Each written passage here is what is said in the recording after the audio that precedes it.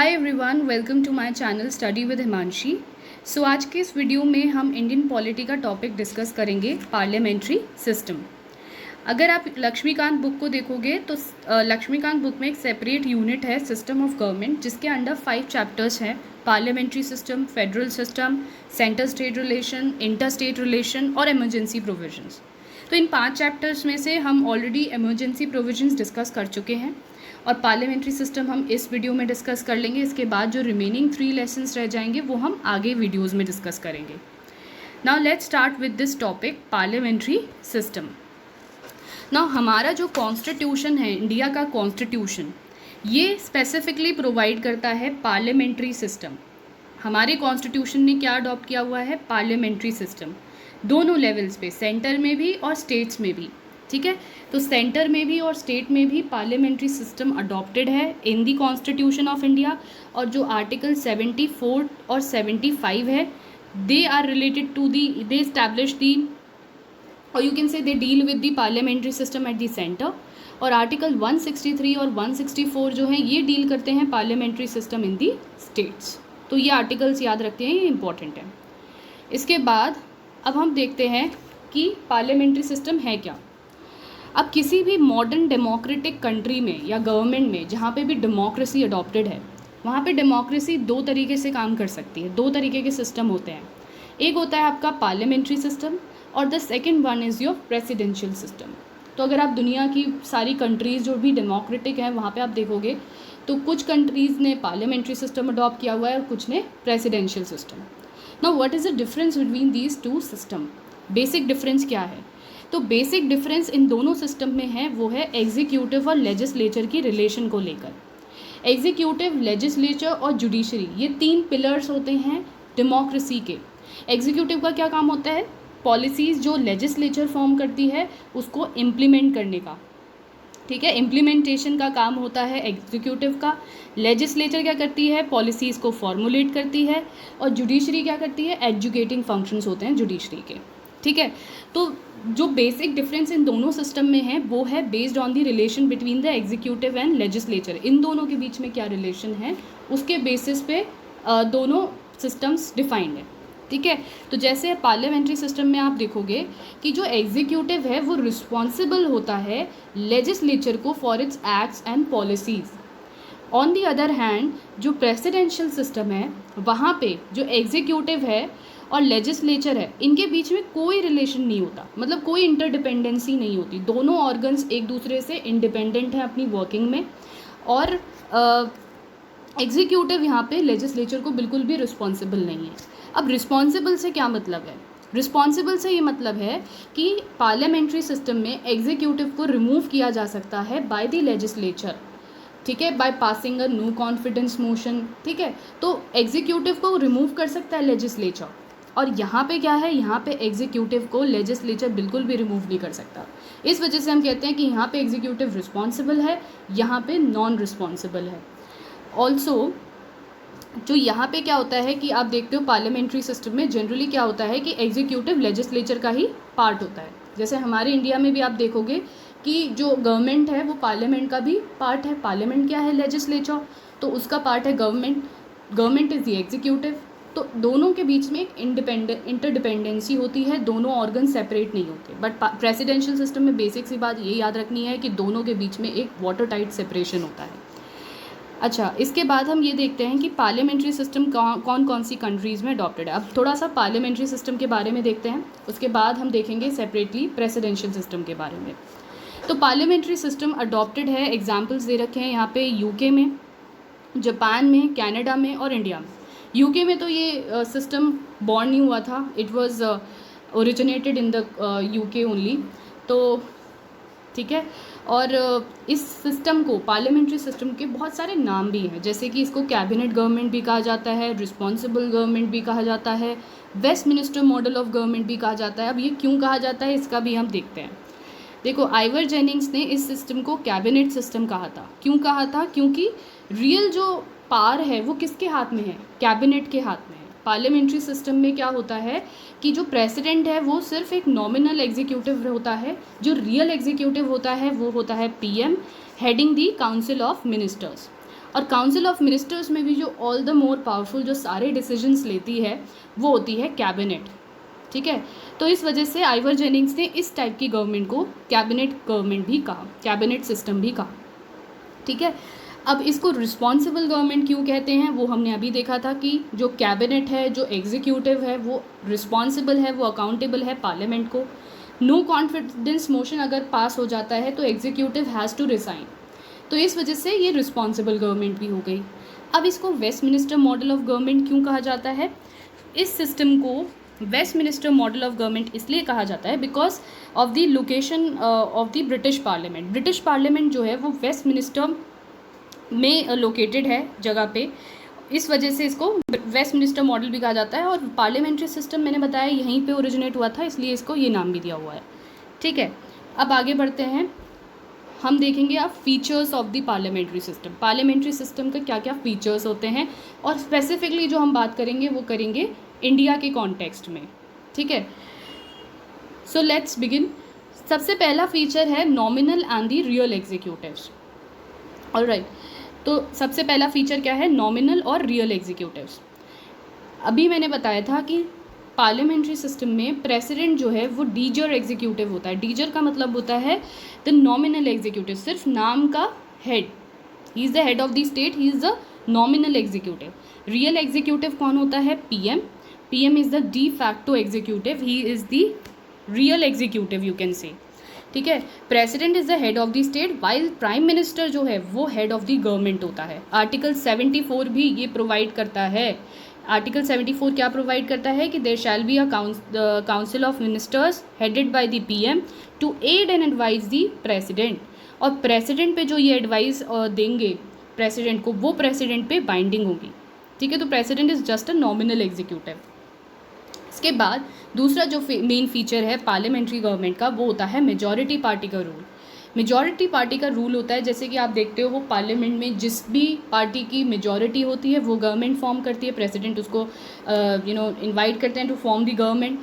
तो जिसकी भी मेजॉरिटी सीट होगी लोकसभा में वो गवर्नमेंट फॉर्म करेगी। एंड लीडर ऑफ पार्टी जो होगा वो होगा पीएम।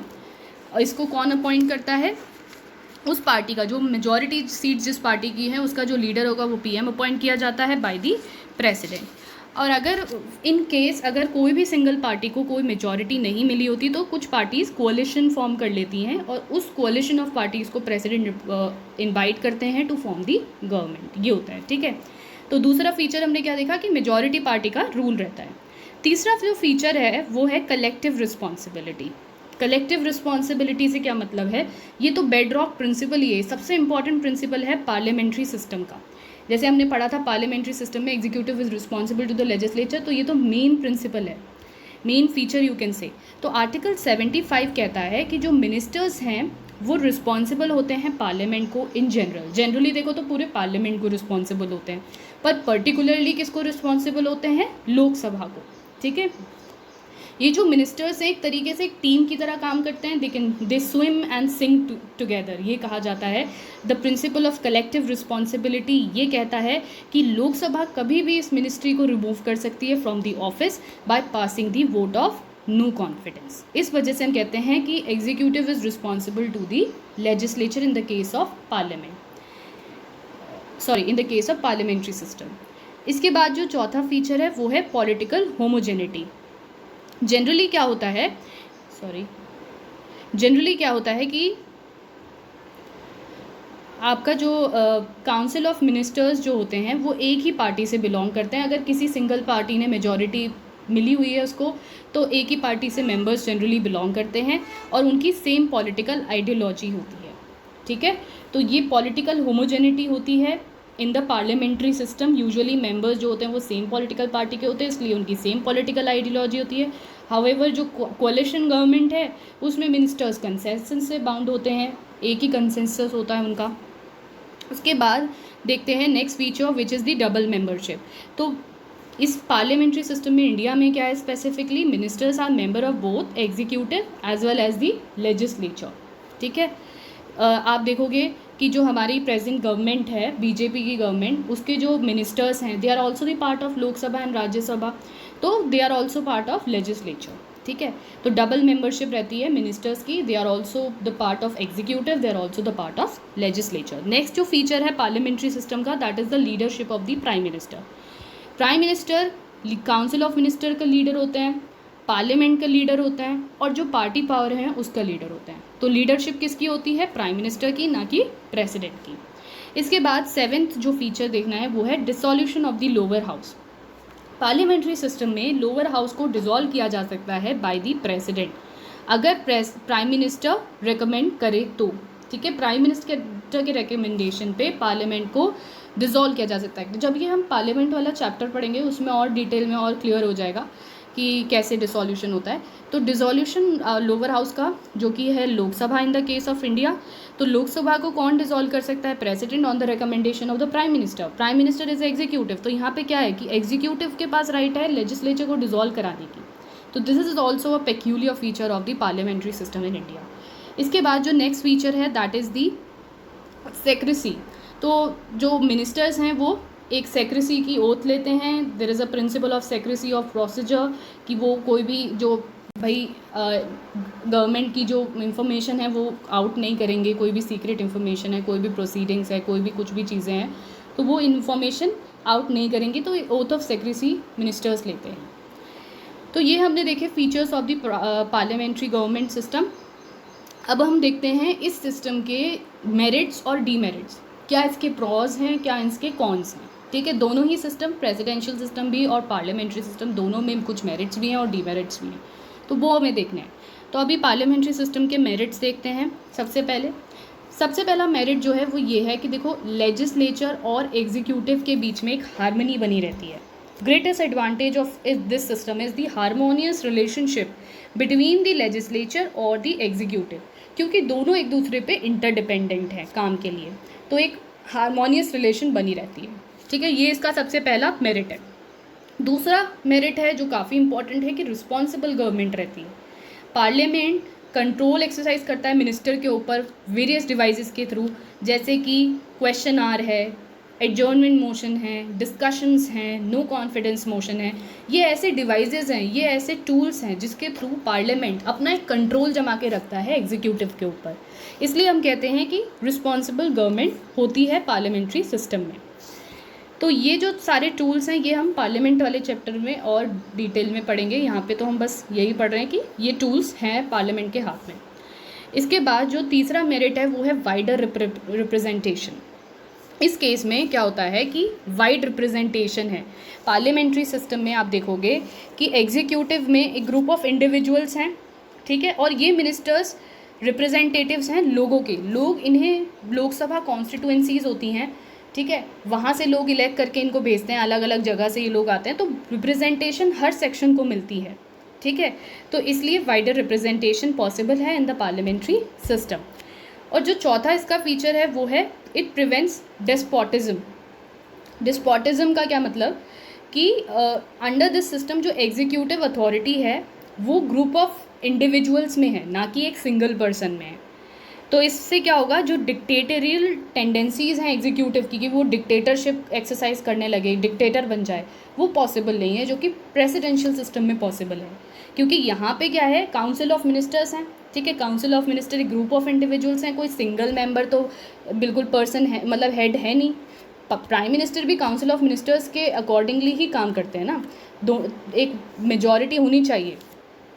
तो इससे क्या होता है, there is less chances of becoming a dictator in this case, क्योंकि ग्रुप ऑफ इंडिविजुअल्स में एग्जीक्यूटिव अथॉरिटी है। तो ये थे इसके मेरिट्स। और एक और मेरिट जो मैंने यहाँ पे मेंशन नहीं किया है बट मैं PDF में इंक्लूड कर दूँगी इसको। 5वां मेरिट है ऑल्टरनेटिव गवर्नमेंट रेडी रहती है, ठीक है। सपोज़ जो रूलिंग पार्टी है वो अपनी मेजॉरिटी लूज़ कर देती है, तो इवेंचुअली वो पार्टी को रिज़ाइन करना पड़ेगा। तो जो ऑपोजिशन पार्टी है, प्रेसिडेंट उसको इनवाइट कर सकते हैं टू फॉर्म द गवर्नमेंट अगर उनके पास मेजॉरिटी है तो एक रेडी ऑल्टरनेटिव गवर्नमेंट मिलती है सिस्टम में, जहाँ पे कोई आपको फ्रेश इलेक्शंस करने की ज़रूरत नहीं होती। जैसे हमने MP के लेजिस्लेटिव असेंबली वाले इलेक्शंस में देखा था कि पहले जो गवर्नमेंट थी कांग्रेस की वो मेजॉरिटी में थी तो उन्होंने गवर्नमेंट फॉर्म की, फिर उनकी मेजॉरिटी नहीं रही तो जो गवर्नर है किसको इनवाइट किया था, बीजेपी को इनवाइट किया था टू फॉर्म द गवर्नमेंट। तो इससे क्या हुआ, फ्रेश इलेक्शंस कराने की ज़रूरत नहीं पड़ी, रेडी ऑल्टरनेटिव गवर्नमेंट तैयार थी। वो हमने देखा था अभी रिसेंटली जब एमपी के इलेक्शंस हुए थे पिछले साल। ओके, नाउ नेक्स्ट देखते हैं demerits of the parliamentary system. What are the demerits? सबसे बड़ा डीमेरिट्स ये है कि अनस्टेबल गवर्नमेंट है। कभी भी लेजिस्लेचर जो है वो एग्जीक्यूटिव को रिमूव कर सकता है बाय पासिंग द, अगर वो अपनी मेजॉरिटी लूज़ कर देते हैं तो, ठीक है, तो दे कैन बी रिमूव। तो एक अनस्टेबल गवर्नमेंट है, कोई गारंटी नहीं है कि गवर्नमेंट अपना टेन्योर जो होता है 5 साल का वो सर्वाइव करेगी भी या नहीं। तो ये इसका सबसे बड़ा डीमेरिट है, ठीक है। दूसरी जो चीज़ है वो है no continuity of policies. Obviously जब गवर्नमेंट की कोई गारंटी नहीं है टेन्योर की, सर्वाइवल की, तो पॉलिसी कंटिन्यू होना भी मुश्किल हो जाता है, ठीक है। तो जो पहली गवर्नमेंट ने पॉलिसीज़ इम्प्लीमेंट की, फिर वो नेक्स्ट गवर्नमेंट आके उसको कंटिन्यू करे ना करे, तो गवर्नमेंट अनस्टेबल है तो पॉलिसीज़ की भी कोई कंटिन्यूटी नहीं रहती, ठीक है। तो लॉन्ग टर्म पॉलिसीज़ तो फॉर्मुलेट करना, इम्प्लीमेंट करना is very difficult in this system. इसके बाद जो थर्ड डीमेरिट है वो है डिक्टेटरशिप ऑफ द कैबिनेट। हमने यहाँ पे देखा एक पर्सन, सिंगल पर्सन की तो डिक्टेटरशिप पॉसिबल नहीं है, बट येस अगर जो रूलिंग पार्टी है उसके पास एब्सोल्यूट मेजॉरिटी, उसे कुछ भी डर नहीं है उसके फॉल का, बिकॉज नो कॉन्फिडेंस मोशन उसके खिलाफ कभी भी पास नहीं होगा क्योंकि उसके पार्टी के मेंबर्स मेजॉरिटी में हैं। तो कैबिनेट कभी कभार क्या होता है, जब एब्सोल्यूट मेजॉरिटी होती है तो they can work as a dictator, वो डिक्टेटर बन सकती है पूरी कैबिनेट, बिकॉज उनको कोई भी रिमूवल का टेंशन ही नहीं है, डर ही नहीं है, एब्सोल्यूट मेजॉरिटी है। तो इससे चांसेस होते हैं कि अब्यूज़ ऑफ पावर बढ़ जाए, ठीक है, अगर एब्सोल्यूट मेजॉरिटी है रूलिंग पार्टी के पास। इसके बाद अगर आप चौथा डीमेरिट देखोगे वो है अगेंस्ट सेपरेशन ऑफ पावर। इस प्रिंसिपल में लेजिस्लेचर और एग्जीक्यूटिव टुगेदर हैं और इनसेपरेबल हैं, तो ये जो चीज़ है ये अगेंस्ट जाती है, the thing of separation of powers possible नहीं है यहाँ पे, ठीक है। तो ये जो थ्योरी है ये बिल्कुल अगेंस्ट है सेपरेशन ऑफ पावर की थ्योरी के। इसके बाद जो फिफ्थ डीमेरिट है वो है द गवर्नमेंट बाय एमेच्योर्स। तो यहाँ पे क्या होता है, जो मिनिस्टर्स हैं वो अपनी अपनी फील्ड में एक्सपर्ट नहीं है। मिनिस्टर्स पार्लियामेंट्री सिस्टम इसलिए कंडक्टिव नहीं है एडमिनिस्ट्रेटिव एफिशिएंसी के लिए कि जो मिनिस्टर्स हैं they are not expert in their field. On the other hand अगर आप प्रेसिडेंशियल सिस्टम देखोगे तो वहाँ पे जो मिनिस्टर्स होते हैं वो प्रेसिडेंट इलेक्ट करते हैं, अपॉइंट करते हैं, तो वहाँ पे मिनिस्टर्स काफ़ी एक्सपर्ट होते हैं अपनी फील्ड में, जैसे आप अमेरिका में ही देखोगे। बट हमारे केस में ऐसा नहीं है, ministers are not expert in field. Health minister ऐसे इंसान को बनाया जा सकता है जिसने कभी कुछ हेल्थ से रिलेटेड पढ़ाई ना हो, उसका बैकग्राउंड हेल्थ से ना हो। तो यहाँ पे एडमिनिस्ट्रेटिव एफिशिएंसी इज़ मिनिमम, विच अगर हम कंपेयर करें प्रेसिडेंशियल सिस्टम से। तो अभी हम आगे प्रेसिडेंशियल सिस्टम देखेंगे तो हम क्या देखेंगे कि जो मेरिट्स हैं पार्लियामेंट्री सिस्टम के वो प्रेसिडेंशियल सिस्टम के डीमेरिट्स हैं एक तरीके से, और जो डीमेरिट्स हैं पार्लियामेंट्री सिस्टम के वो प्रेसिडेंशियल सिस्टम के मेरिट्स हैं। तो अभी हम वो देखेंगे आगे, ऑपोजिट सा चलता है चीज़ें। अच्छा, अब यहाँ पे हम ये पढ़ेंगे कि why this system was adopted, क्यों हमने पार्लियामेंट्री सिस्टम ही, हमारे जो फोर फादर्स हैं, कॉन्स्टिट्यूशनल मेकर्स हैं, उन्होंने यही सिस्टम क्यों अडॉप्ट किया और प्रेसिडेंशियल सिस्टम क्यों नहीं अडॉप्ट किया। तो उसके कुछ रीजंस थे, वो रीजंस हम यहाँ पे देखेंगे।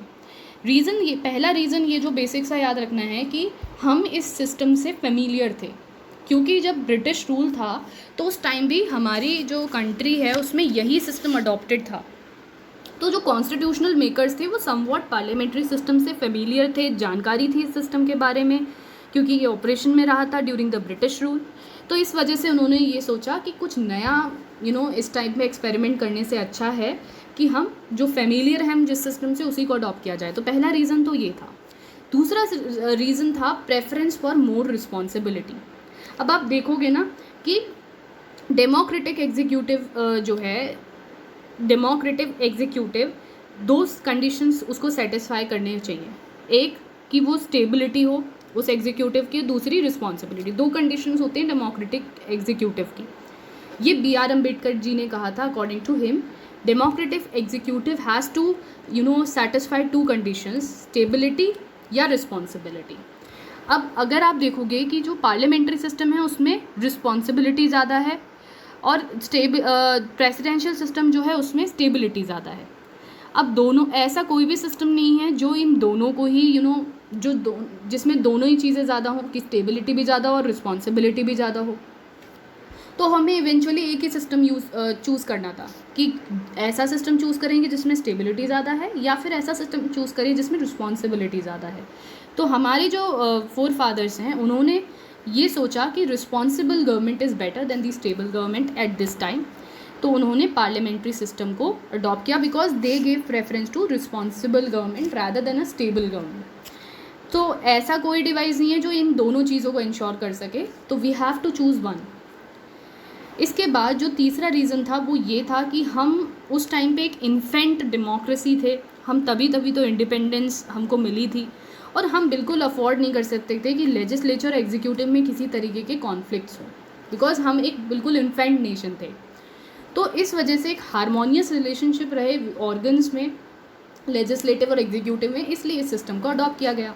अब हमने जब पार्लियामेंट्री सिस्टम पढ़ा था तो हमने मेरिट ही पढ़ा था कि हारमोनियस रिलेशनशिप रहती है लेजिस्लेटिव और एग्जीक्यूटिव के बीच में, because they work together, they are interdependent. तो इस चीज़ के लिए भी पार्लियामेंट्री सिस्टम अडॉप्ट किया गया। चौथा रीज़न ये था कि नेचर ऑफ इंडियन सोसाइटी इतनी डाइवर्स है, इतनी हेट्रोजेनस है, इतने डिफरेंट कल्चर्स हैं, यहाँ पे रिलीजन है, कि वाइडर रिप्रेजेंटेशन तो पार्लियामेंट्री सिस्टम में ही मिल सकता था। तो इस वजह से इंडियन सोसाइटी के नेचर को देखते हुए भी पार्लियामेंट्री सिस्टम अडॉप्ट किया गया, क्योंकि वाइडर रिप्रेजेंटेशन का जो स्कोप है सोसाइटी के वो पार्लियामेंट्री सिस्टम में पॉसिबल है as compared to the presidential system. इसके बाद एक और चीज़ जो इंपॉर्टेंट देखनी है, और इस पर यूपीएससी में प्रीलिम्स में क्वेश्चन भी आया था इस पर बेस, 1975 में स्वराज सिंह कमेटी अपॉइंट की गई थी ये देखने के लिए कि क्या इंडिया को पार्लियामेंट्री सिस्टम के साथ ही कंटिन्यू करना चाहिए या फिर हम प्रेसिडेंशियल सिस्टम अडॉप्ट करें, ये लुक आफ्टर करने के लिए कि whether we should continue with this parliamentary system alone या फिर हम प्रेसिडेंशियल सिस्टम अडॉप्ट करें। तो इस स्वराज सिंह कमेटी को अपॉइंट किया गया था 1975 में इस चीज़ के लिए। कमेटी ने क्या ओपिनियन दिया अपना कि हमको इसी सिस्टम के साथ, पार्लियामेंट्री सिस्टम के साथ ही कंटिन्यू करना चाहिए और ये सिस्टम ही हमारे लिए बेस्ट है। इसके बाद ये प्रीलिम्स के लिए इंपॉर्टेंट है पॉइंट, ठीक है। अब हम देखते हैं थोड़ा सा basic difference between the Indian parliamentary system of government और ब्रिटिश पार्लियामेंट्री सिस्टम, थोड़ा सा दोनों में डिफरेंस है, ठीक है। तो हर कंट्री में थोड़े अपने यूनिक फीचर्स हैं पार्लियामेंट्री सिस्टम में भी, जैसे इंडिया का हमने पढ़ा। तो अब थोड़ा बेसिक डिफरेंस देखते हैं कि काफ़ी इंपॉर्टेंट है कि क्या डिफरेंस है। इंडिया में जो हेड ऑफ़ द स्टेट है वो इलेक्ट किए जाते हैं, ऑल्दो हम इनडायरेक्टली इलेक्ट करते हैं, प्रेसिडेंट जो है हमारे वो हेड ऑफ़ द स्टेट है, ऑल्दो इनडायरेक्ट इलेक्शन होता है बट इलेक्शन तो होता है ना। बट ब्रिटेन में क्या होता है, मोनार्किकल सिस्टम है। हेड ऑफ़ द स्टेट जो है वो hierarchy head of the state जो है ब्रिटेन में वो हेरिडेटरी पोजीशन है, ठीक है, कि अगर फादर की डेथ हो गई तो उसका बेटा, फिर किंग का बेटा प्रिंस जो है वो बन जाएगा। किंग नहीं, वहाँ पे क्वीन होती है, वैसे तो ब्रिटेन में तो क्वीन है, तो क्वीन की हायर जो होगी वो फिर उस पोजीशन पे आ जाएगी। तो यहाँ पे मोनार्किकल सिस्टम है, किंग और क्वीन का सिस्टम है, इलेक्शन नहीं होता, ये तो हेरिडिटरी पोजीशन है, बरसों से चली आ रही है। बट यहाँ पे क्या है, रिपब्लिकन स्टेट है। रिपब्लिकन में क्या होता है कि head of the state election के थ्रू अपॉइंट होता है। इसके बाद जो नेक्स्ट डिफरेंस है वो ये है कि ब्रिटेन में सॉवरेनिटी ऑफ पार्लियामेंट होता है, ठीक है। जैसे रूल ऑफ लॉ का जो है, हमने जब पढ़ा था फंडामेंटल राइट्स में, तो रूल ऑफ लॉ पढ़ा था, तो वहाँ पे क्या था कि sovereignty of parliament is a basic feature of the rule of law, जो ब्रिटेन से हमने अडॉप्ट किया था। बट हमारे यहाँ पे ऐसा कुछ नहीं है, पार्लियामेंट सुप्रीम नहीं है इंडिया में, parliament is not sovereign.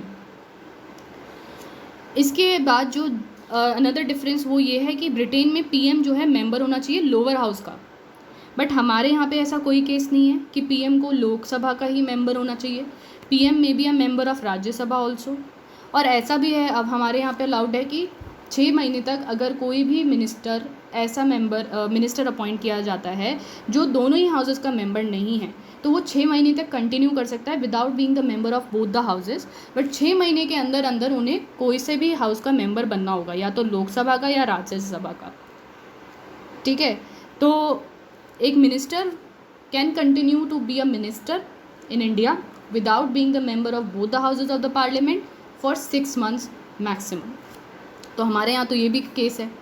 Britain में क्या है कि सिस्टम ऑफ लीगल रिस्पॉन्सिबिलिटी है मिनिस्टर्स की। मिनिस्टर्स रिस्पॉन्सिबल होते हैं अपने एक्ट्स के लिए, लीगल रिस्पॉन्सिबिलिटी। इंडिया में ऐसा कुछ नहीं है। ब्रिटेन में शैडो कैबिनेट वाला सिस्टम फॉलो होता है, हमारे यहाँ पे नहीं होता है।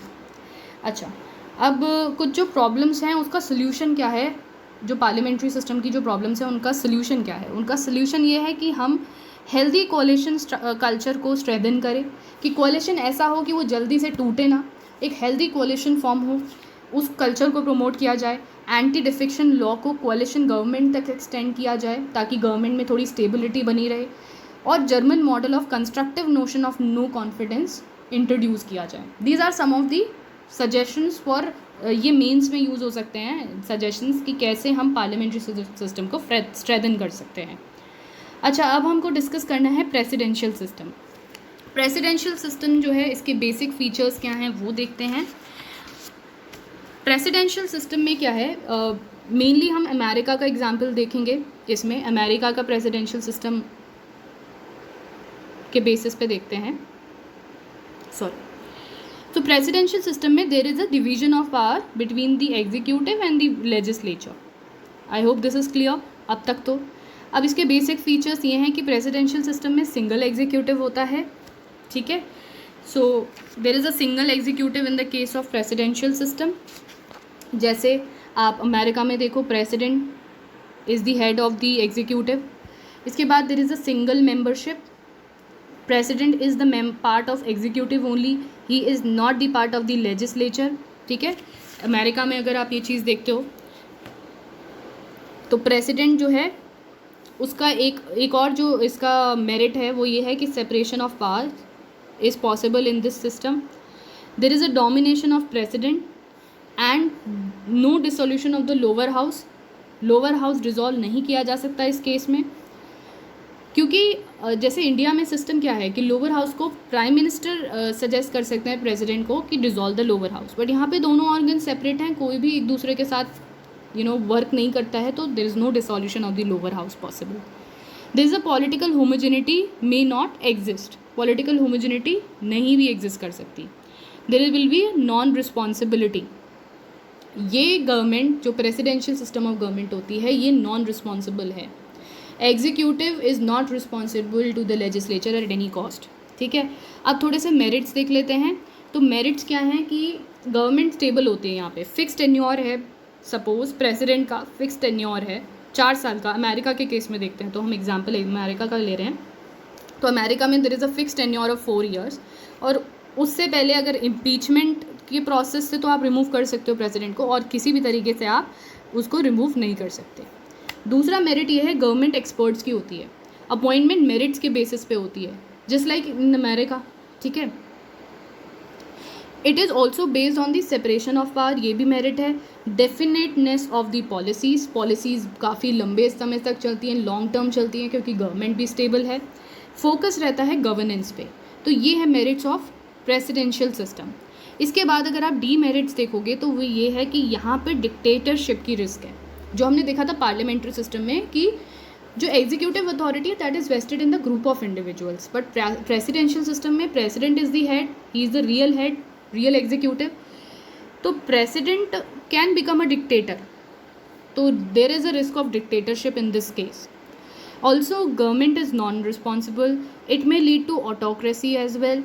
देर is also a narrow representation, ठीक है। नैरो रिप्रेजेंटेशन होता है, वाइडर रिप्रेजेंटेशन नहीं होता, डिफरेंट पार्ट से जो है मिनिस्टर्स बने, एग्जीक्यूटिव आए, और ऑल्सो कॉन्फ्लिक्ट रहता है लेजिस्लेचर और एग्जीक्यूटिव के बीच में इस सिस्टम में। ये इसके डीमेरिट्स हैं।